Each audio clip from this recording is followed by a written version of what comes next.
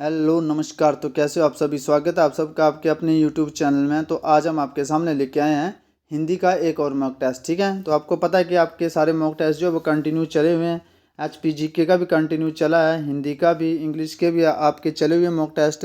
बाकी प्लेलिस्ट बना दी गई, वहाँ पर आप मैथ की वीडियो देख सकते हैं। इंग्लिश के अलग से लेक्चर है विद एक्सप्लेनेशन के साथ, आप वो भी देख सकते हो। बाकी प्लेलिस्ट में जाके आप देख लीजिए सारी वीडियो को, जो भी आपको पूरे एक्सप्लेनेशन के साथ वहाँ पे बता दी गई है। ठीक है, तो चलिए शुरुआत करते हैं हम आज के फर्स्ट क्वेश्चन की। हिंदी का हमारा फर्स्ट क्वेश्चन है, बोल रहा है कि निम्नलिखित में से कौन सा महाप्राण है। महाप्राण पूछा है, तो महाप्राण के लिए सबसे पहले तो आपको पता होना चाहिए कि अल्प प्राण कौन से और महाप्राण कौन से है। ठीक है, अल्प प्राण वह जो आपके वर्ण होते हैं जिनके उच्चारण में अधिक समय कम समय लगता है, और महाप्राण वह वर्ण होते हैं जिनके उच्चारण में अधिक समय लगता है। तो समझते हैं हम इसको तालिका से, जैसे क, ख, ठीक है, ग, घ, अंग। ठीक है, तो अल्प प्राण कौन से होंगे? अल्प प्राण वो होंगे जिनके उच्चारण में कम समय लगता है, जैसे क कम समय लग रहा है, ठीक है, ख ज़्यादा समय लग रहा है, ठीक है, ग कम समय लग रहा है, घ ज़्यादा समय लग रहा है, अंग कम समय लग रहा है। तो किस में आपका कम समय लग रहा है? क में आपका ज़्यादा लग रहा है, ठीक है, क, ख, ग, घ, अंग। तो आपको बताना है कि इसमें अल्प प्राण और महाप्राण जो है वो कौन से हैं। ठीक है, तो अल्प प्राण वह व्यंजन होते हैं जिनके उच्चारण में कम समय लगता है, जिनके उच्चारण में कम समय लगता है और जिनसे मुख से निकलने वाली ध्वनि की मात्रा जो वो कम रहती है।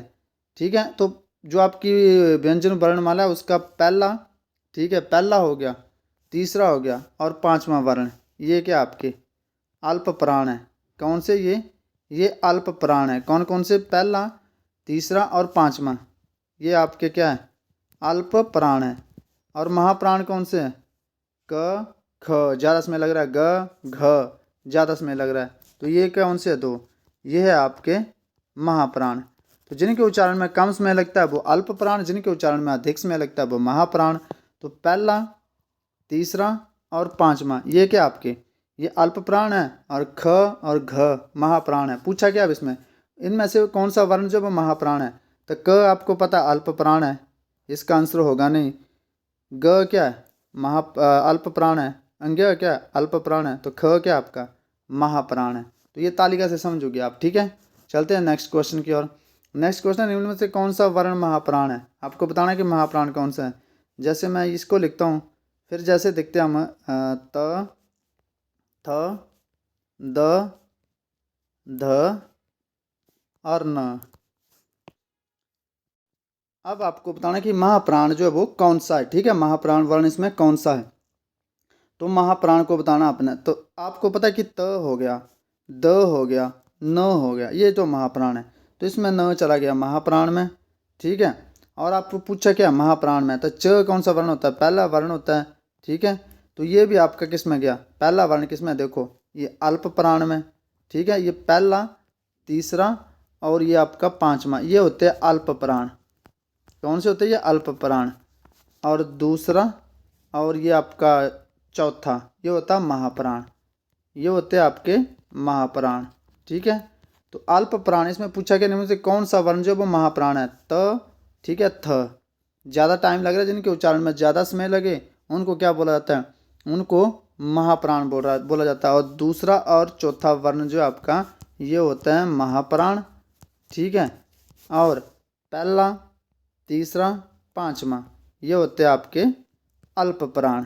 तो यहाँ पे महाप्राण कौन सा है? थ सेकंड आ गया, तो ये जो आपका महाप्राण है, ये इसका राइट आंसर हो गया। ठीक है, चलते हैं नेक्स्ट क्वेश्चन की ओर।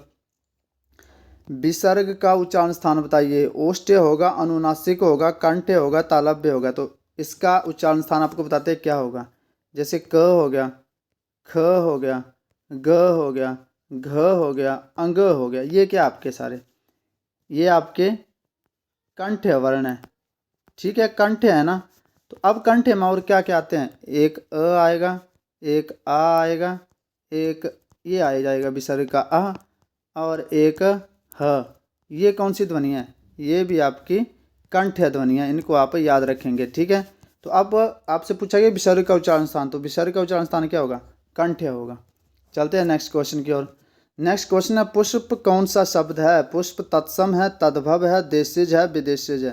सबको पता है पुष्प जो वो तत्सम शब्द है, ठीक है। चलते हैं नेक्स्ट क्वेश्चन की ओर।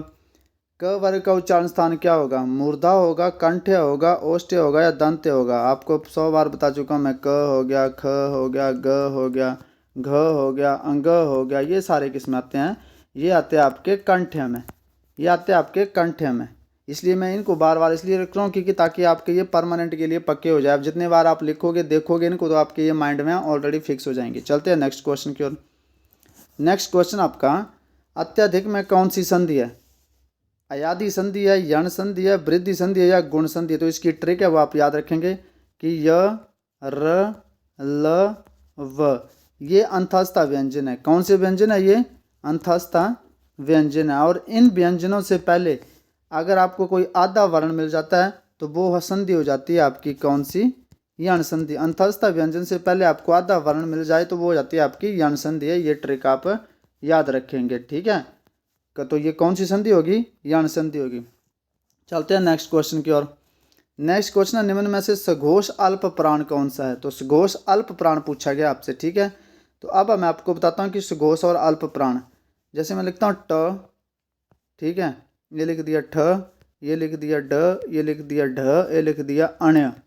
तो अब आपको पता है कि ये क हो गया, ड हो गया, अण्य हो गया, मतलब पहला, तीसरा और पांचवा ये तो है आपके अल्प प्राण, ठीक है। लेकिन साथ में क्या पूछा गया आपका? सघोष भी होना चाहिए। तो ट क्या आपका?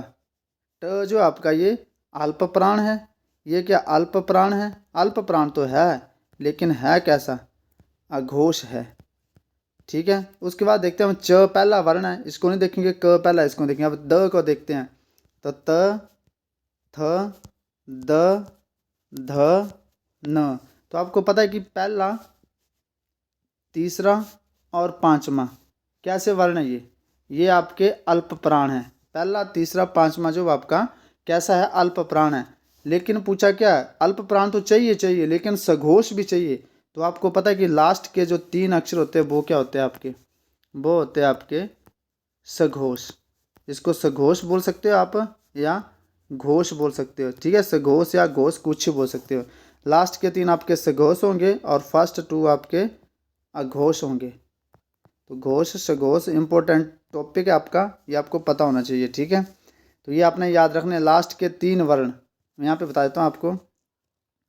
जैसे ये लिखा मैंने क, ख, ग, घ, अंग, पूरी सारणी में ये रूल लागू होगा फिर, ठीक है। लास्ट के ये जो 3 है ये कौन से हैं? ये आपके घोष बोलो इनको, ठीक है, या सघोष बोलो, कुछ ही बोलो, दोनों में से एक ही बात है ये, ठीक है। और ये जो है आपके ये क्या है? ये आपके अघोष है, ठीक है। अब ये 3 जो आपके ये 3 ये अल्प प्राण है। ये क्या आपके अल्प प्राण है, ठीक है। और ये 2 ये क्या आपके? ये महाप्राण है। तो महाप्राण वे होते हैं जिनके उच्चारण में अधिक समय लगता है। तो क, ख ज़्यादा टाइम लग रहा है तो महाप्राण, घ ज़्यादा टाइम लग रहा है महाप्राण। ये घोष और सघोष का इतना की फंडा ही आपको पता होना चाहिए, ठीक है। चलते हैं नेक्स्ट क्वेश्चन की ओर। तो आई होप आपको इसका आंसर लग गया पता। इसका आंसर ध है, ठीक है। तो टोटल जितने क्वेश्चन होंगे आपको अपना स्कोर जो वो कमेंट सेक्शन में जरूर करके बताना कि आपने कितने ठीक करे हैं। तो इसका राइट आंसर द होगा। चलते हैं नेक्स्ट क्वेश्चन की ओर।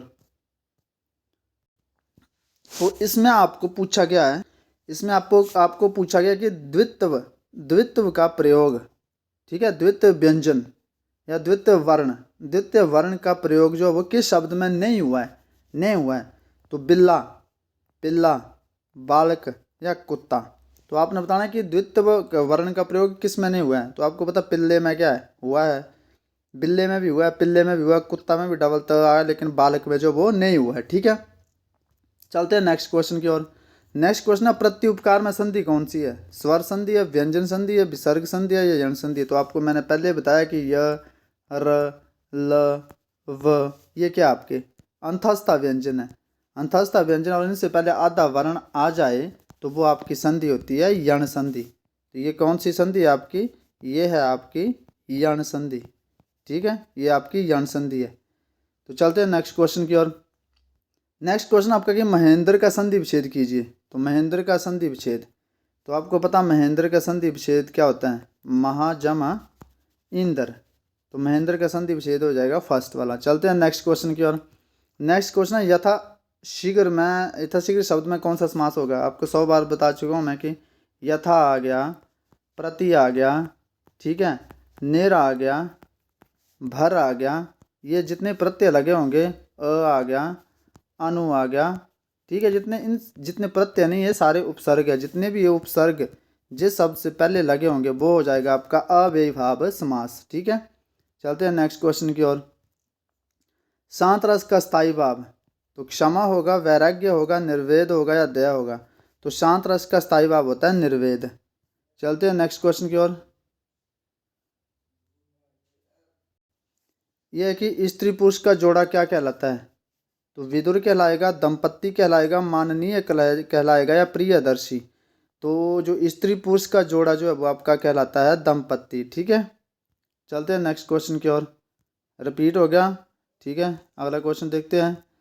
श कौन सा व्यंजन है, इंपॉर्टेंट है। श कौन सा व्यंजन है आपने बताना है। ये ऊष्म व्यंजन है, स्पर्श व्यंजन है, संयुक्त व्यंजन है, अंतस्थ व्यंजन है। तो आपको पता है स हो गया, श हो गया, स हो गया और ह हो गया। ये कौन से सारे, ये ऊष्म व्यंजन है, ठीक है। ये चार आपके ऊष्म व्यंजन है, आपको पता होना चाहिए। चलते हैं नेक्स्ट क्वेश्चन की ओर। बोलते हैं त ध्वनि का सही उच्चारण स्थान क्या है। तो आपको पता है त हो गया, थ हो गया, द हो गया, ठीक है, त हो गया, थ हो गया, द हो गया, ध हो गया, न हो गया। तो क्या है ये सारे, ये क्या आपके मूर्धन्य है, तालु है, कंठ है या दंत है। तो ये सारे आपके दंत है। और वर्ग कौन सा इनका, त वर्ग, ठीक है। चलते हैं नेक्स्ट क्वेश्चन की ओर। तो आज का लास्ट क्वेश्चन, और अपना स्कोर अपने कमेंट सेक्शन में जरूर बताना कि आपने जो वो कितने क्वेश्चन जो वो ठीक करे, ठीक है। तो व का उच्चारण स्थान क्या होगा। तो व का जो उच्चारण स्थान है वो है आपका दंतोष्ठ। क्या होगा, दंतोष्ठ। ए और ए का इसका भी बताना अपना, और ओ और औ का, ठीक है। चलो मैं बता देता हूँ। ये आपका कंठोष्ठ, ठीक है, और ये है आपका कंठ तालव्य, कंठ तालव्य। तो इसका व का यहाँ पे जो उच्चारण स्थान पूछा आपसे, ये कौन सा होगा, दंतोष्ठ।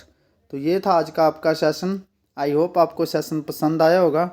तो आपके लिए इसी तरह के मॉक टेस्ट जो वो मतलब अपलोड होते रहेंगे। आप अपना स्कोर जो वो कमेंट सेक्शन में जरूर बताना कि 17 में से आपने आउट ऑफ कितने ठीक करे हैं, ठीक है। मिलते हैं नेक्स्ट वीडियो में, तब तक के लिए जय हिंद, जय भारत।